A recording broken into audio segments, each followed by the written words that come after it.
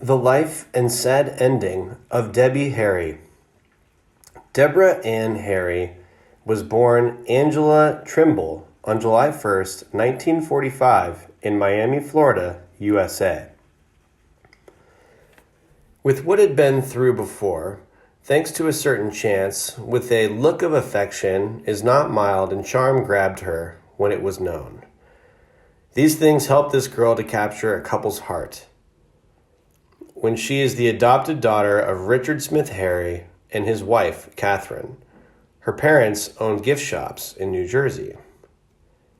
She graduated from Hawthorne High School in 1963. She went to the Centenary College, where she graduated in 1965 with a degree in Associate of Arts.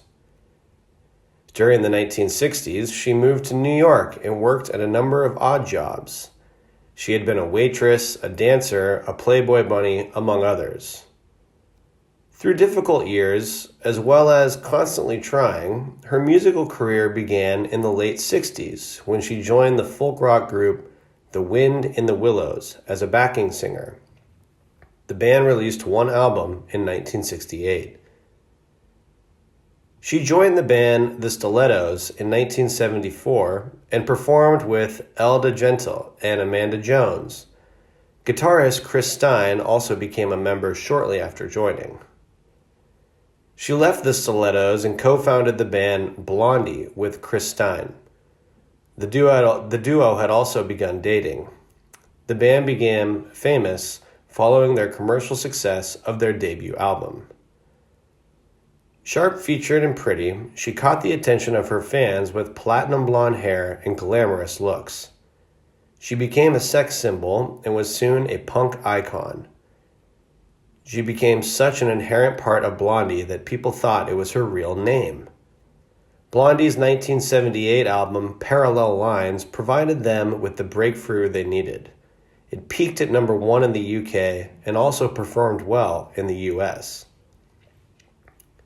Their next album, Eat to the Beat, released in 1979, was also a big hit. It featured a mix of pop, reggae, and punk style of music and reached number 1 in the UK album chart. Debbie took a break from the band and started working on her debut career. Her debut solo, Cuckoo, was released in 1981. Blondie broke up for good in 1982, though Debbie remained good friends with Stein. Another one of her solo albums, Rockbird, was out in 1986. In spite of not producing any top 10 hits, it sold well and credited gold in the UK. In 1989, she released Deaf, Dumb, and Blonde and started using her original name, Deborah, professionally. It had the hit single, I Want That Man, and the tracks Kiss It Better and Maybe For Sure.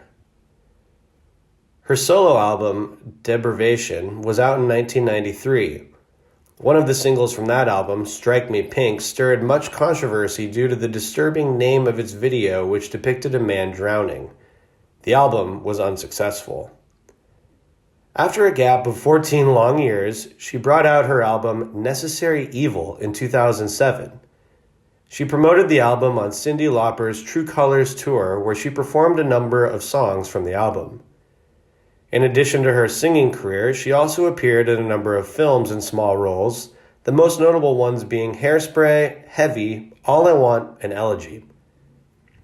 Blondie's Parallel Lines was the breakthrough album that catapulted the band to stardom. The album not only peaked at number 1 in the UK, but also sold 20 million copies worldwide. Eat to the Beat, another number 1 hit in the UK, was a multi-platinum album by Blondie. The most successful singles from the album were Dreaming, Union City Blues, and Atomic. The album was one of Billboard's top 10 albums of 1980 in the US. Blondie won the Juno Award for Best-Selling Single, Heart of Glass, in 1980. The band Blondie was inducted into the Rock and Roll Hall of Fame in 2006. Harry was in a relationship with Blondie guitarist Chris Stein, but they split up in 1989. She had admitted that they were both drug users during their relationship, but they were both now clean and spending time in a rehabilitation clinic. Harry is godmother to Stein's 2 daughters. Each of us is more or less in life some dealing with some big obstacle, that is compassion, or it may be a deep remission or whatever. The sad thing here is probably the loneliness in the end when the person next to Debbie Harry is just a shadow of himself. I do not know what to say. I just hope that she has an overview of the matter to find her own life, wishes her and you all good health and happiness with relatives. Let us love.